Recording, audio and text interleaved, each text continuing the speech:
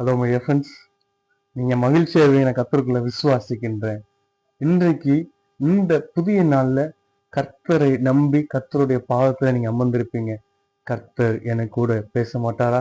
கர்த்தருடைய வார்த்தையை இந்நாள் வரைக்கும் தந்தாரு, இன்றைக்கு என்ன வார்த்தை தரப்போகிறார், இன்றைக்கு அவர் எனக்காக செய்ய போகிறது என்ன அப்படின்னு சொல்லி நீங்க சிந்தித்து ஜெபத்திலே அமர்ந்திருப்பீங்க. இன்றைக்கு நம்மை பார்த்து கர்த்தர் கூறுகிறது என்ன அப்படின்னா, நம்முடைய வாழ்வில் இருக்கிற அத்தனை காய்ந்த கிளைகளையும், நம்முடைய வாழ்வில் இருக்கிற அத்தனை காய்ந்த, அதாவது உபயோகமற்ற அனைத்தையும் கர்த்தர் மாற்றி போட போகிறார். நம்முடைய வாழ்வு சந்தோஷம் கொண்டா மாறப்போகிறது.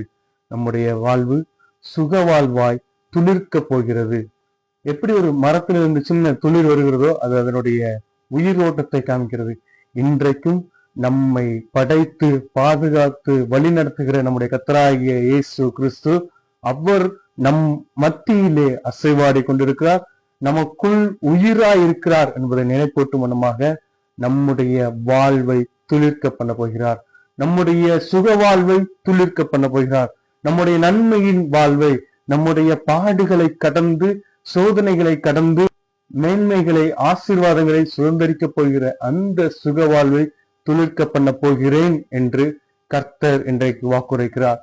எனவே நாம் இதுவரை கடந்து சென்ற பாதைகள் எப்படி இருந்தாலும் சரி, ஆனாலும் நமக்குள் உயிராய் உயிரோட்டங்களை கொடுத்து கொண்டிருக்கிற நம்முடைய சர்வ வல்லமையுள்ள தேவனாகிய இயேசு கிறிஸ்து நம்முடைய வாழ்வை, சுக வாழ்வை துளிர்க்க பண்ண போகிறார். இந்த நாளை மகிழ்ச்சியோடு சந்தோஷத்தோடு கர்த்தர் நம்முடைய வாழ்வில உயிரோட்டமா இருக்கிறார், அவர் நம்முடைய சுக வாழ்வை துளிர்க்க பண்ண போகிறார் என்பதை உணர்ந்தவர்களாக இந்த நாளை துவக்குவோம். தேவன் தாம் நம்மை ஆசீர்வதிப்பாராக. God bless you all.